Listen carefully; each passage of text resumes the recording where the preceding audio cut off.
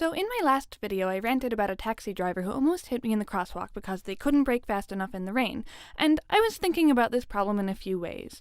They couldn't stop before the crosswalk, but really it's that they couldn't decrease their speed fast enough to get from 50 to 0 before hitting the crosswalk.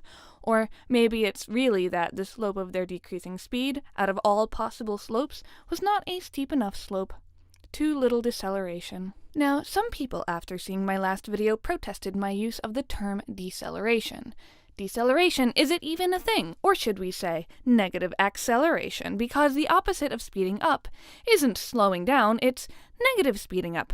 And that's the problem with cars. They have separate modes for forward and reverse. When you're coming up to a stoplight, you don't slow down by putting the car into reverse, you hit the brakes. And after you slow to a stop using the brakes, if you want to start going backwards, back out of the crosswalk, it's not like you do it by holding down the brakes real hard.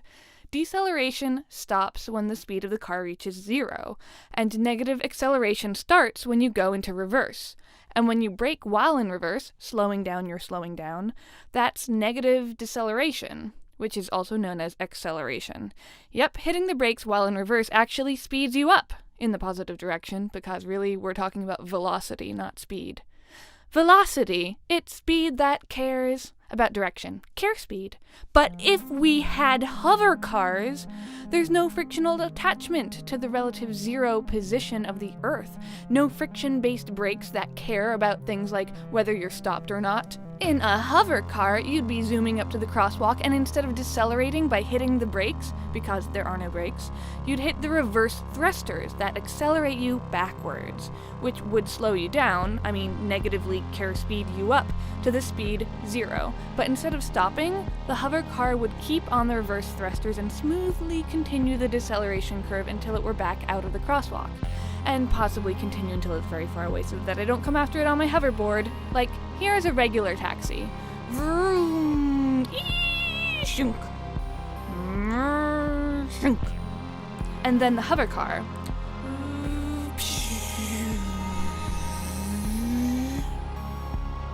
Clearly superior, and a much smoother ride. Good drivers avoid these sorts of non-differentiable changes in acceleration, the sudden change angly bits, although in real life there's lots of these little slopinesses going on everywhere in here. Slopes.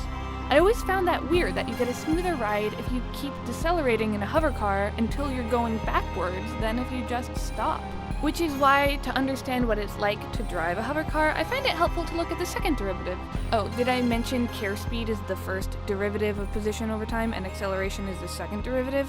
Calculus, the art of looking at slopes. Side note, I'm pretty sure the reason Newton gets the credit for inventing calculus instead of Leibniz was that someone was like, "Hey, Newton, what you doing?" And he was like, "I am integrating the derivatives of the differential calculus." And it sounded so fancy that they decided that kids just had to memorize all of it. While when someone asked Leibniz what he was doing, he was probably like, "I'm looking at slopes. I like slopes. Do you like slopes? I like slopes." Anyway, that's how it goes in my head.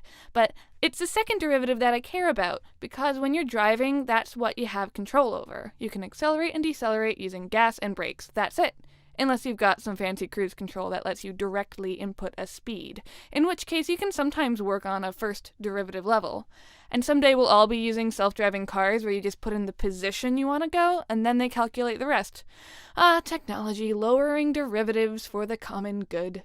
Although, if we were going to work directly with position rather than acceleration, I'd prefer straight-up teleportation, but if you like differentiable modes of transportation, then hover cars are the mathematically more beautiful choice of vehicle with which to narrowly avoid hitting pedestrians.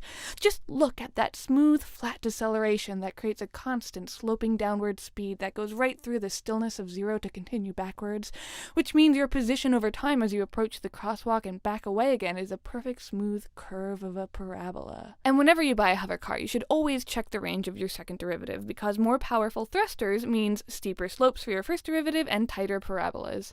Parabola, it's got all the slopes. Look at all the slopes. It's calculus, looking at slopes.